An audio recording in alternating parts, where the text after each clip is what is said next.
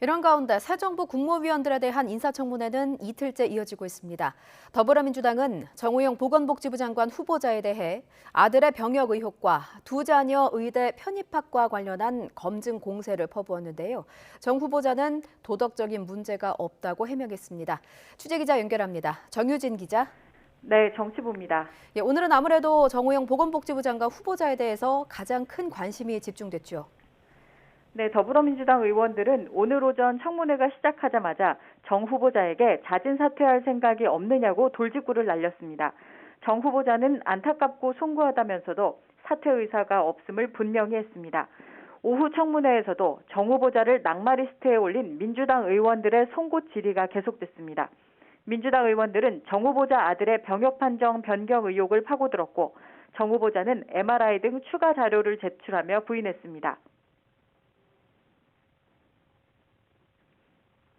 군대 갈 때만 참 아프고 평상시 멀쩡한 이런 말이에요. 이런 거를 병원에서 뭐라고 하냐, 나이롱 환자라고 합니다. 허위 거짓 환자.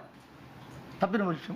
이 주간판 탈출증은 보통 4주에서 6주 내에 완전히 통증이 없어지고 그러고 나서는 계속해서 재발을 합니다. 그래서 6주라도 아프고 있습니다. 예. 그렇게 주간판 탈출증 중에 등산도 하고 골프도 치고 많이 하지 않습니까? 평소에는. 예. 이와 함께 두 자녀의 경북대 의대 편입 의혹과 관련해서는 국민의힘에서조차 정 후보자의 자녀들이 후보자가 재직한 경북대 의대에 지원에 합격한 건 법적 문제가 없더라도 오해의 소지가 있다는 지적이 나왔습니다. 이에 대해 정 후보자는 성인인 자녀의 선택과 진로 고민에 대해 아버지가 간섭하고 영향력을 행사할 수 있는 부분이 아니라면서 자신과 관련이 없음을 다시 한번 강조했습니다. 이틀째 열리는 한덕수 총리 후보자 청문회에서는 전관예우 공방이 계속되고 있다고요. 더불어민주당 추강욱 의원이 후배 공직자에게 퇴임하면 로펌으로 갔다가 공직으로 돌아와 일하라고 권하겠느냐고 묻자 한 후보자는 입법부가 정한 규제 내에서 자기가 가진 걸 활용하는 걸 막아야 한다는 점을 납득하기 어렵다면서 이해 충돌 관련 법적 문제 소지가 없다는 점을 다시 한번 강조했습니다.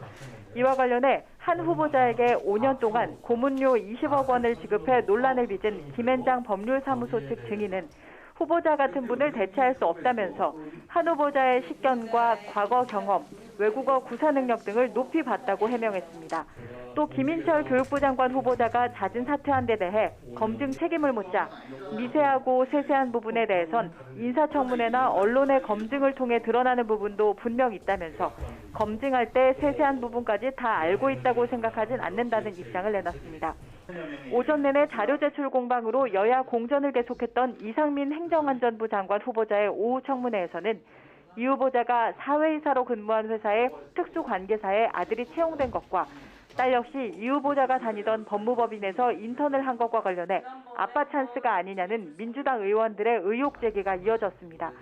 여기에 대해 이 후보자는 전혀 그렇게 생각하지 않는다며 관련 내용을 부인했습니다. 지금까지 정치부에서 YTN 정유진입니다.